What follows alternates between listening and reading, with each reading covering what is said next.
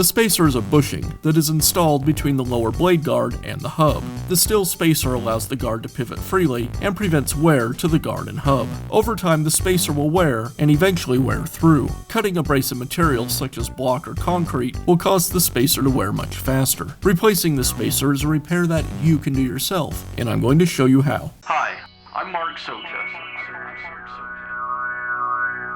Do-it-yourself repairs like these are easier than you might think. From lawn machines to cordless drills, kitchen mixers, Outdoor grills. our how-to videos walk you through each repair from start to finish. So doing it yourself means never having to do it alone. Let's get started.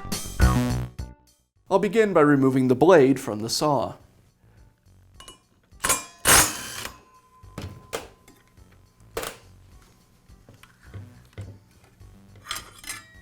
With the blade removed, I can remove the inner flange. The ring is behind the inner flange. I'll use some pliers to remove it. Now I have access to the retaining ring, and I'll go ahead and remove it.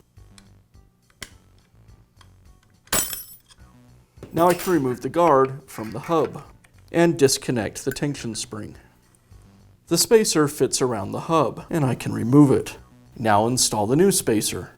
Now I can reinstall the guard. I'll attach the spring, place the guard over the hub,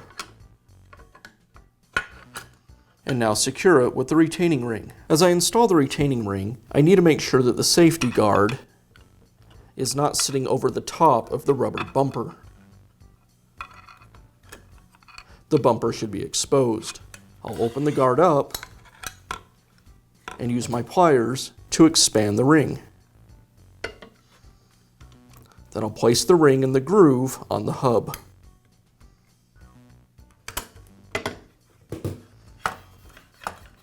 Now I'll reinstall the ring. I place the ring over the arbor, and it should sit down against the bearing.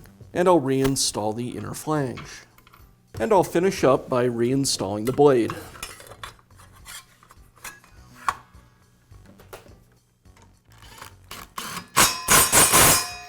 And that's how you can replace the spacer on your circular saw. Be sure to check back often for new videos and expert advice. If you found this video helpful, give us a thumbs up And leave a comment.